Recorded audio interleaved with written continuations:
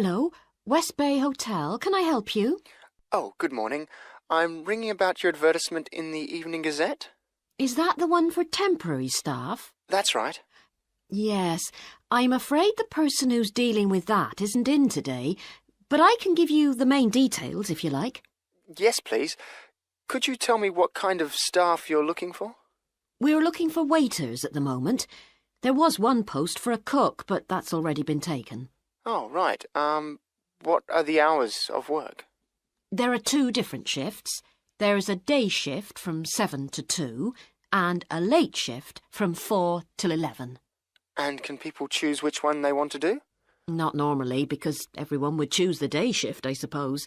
You alternate from one week to another. OK, I'm just writing all this down. What about time off? You get 1 day off, and I think you can negotiate which one you want. It's more or less up to you, but it has to be the same one every week. Do you know what the rates of pay are? Yes, I've got them here. You get £5.50 an hour, and that includes a break. Do I have to go home to eat, or...? You don't have to. You can get a meal in the hotel if you want to, and there's no charge for it, so you might as well. Oh, good. Yes, so let's see. I get £231 a week. You'd also get tips. Our guests tend to be quite generous. Is there a uniform? What about clothes? Yes, I forgot to mention that. You need to wear a white shirt, just a plain one, and dark trousers. You know, not green or anything like that. And we don't supply those. That's okay, I've got trousers. I just have to buy a couple of shirts. What about anything else? Do I need a waistcoat or anything? You have to wear a jacket, but the hotel lends you that. I see. One last thing. I don't know what the starting date is. Just a minute. I think it's sometime around the end of June. Yes, the 28th, in time for the summer. That's great. I'm available from the 10th. Oh, good. Well, if you can call again, you need to speak to the service manager. Her name's Jane Irwin. That's URWIN. And she'll probably arrange to meet you. OK. And when's the best time to ring? Could you call tomorrow? She usually starts checking the rooms at midday, so before then if you can, so she'll have more time to chat.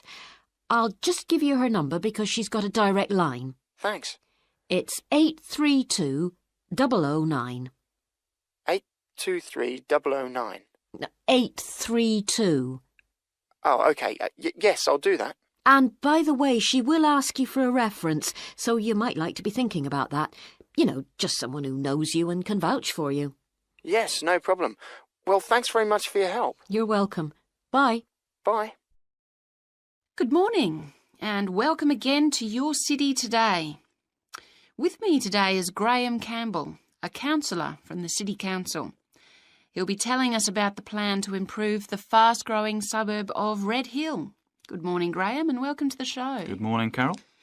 Now, Graham, I understand that there has been a lot of community consultation for the new plan. Yes, we've tried to address some of the concerns that local groups told us about.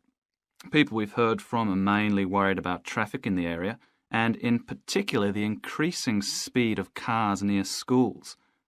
They feel that it's only a matter of time before there's an accident as a lot of children walk to the school.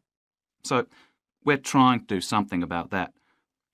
Another area of concern is the overhead power lines.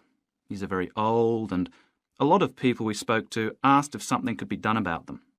Well, I'm happy to report that the power company have agreed to move the power lines underground at a cost of $800,000.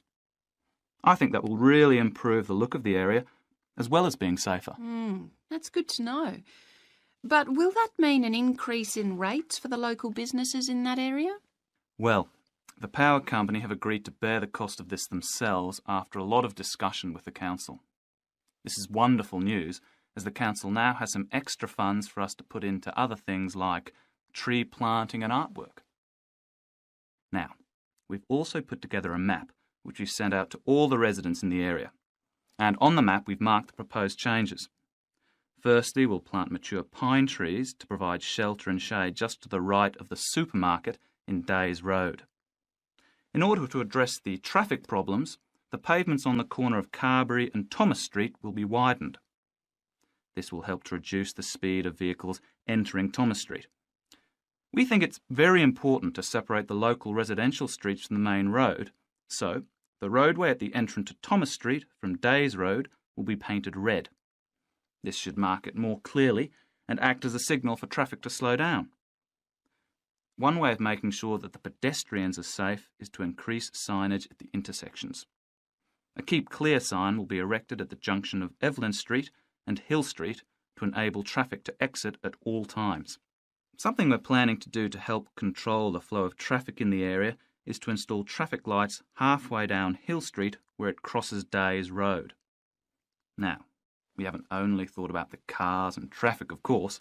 There's also something for the children. We're going to get school children in the area to research a local story, the life of a local sports hero, perhaps. And an artist will incorporate that story into paintings on the wall of a building on the other side of Hill Street from the supermarket. And finally, we've agreed to build a new children's playground, which will be at the other end of Hill Street, close to the intersection with Carberry Street. Wonderful. Now, what's the next stage? Well, the final plan will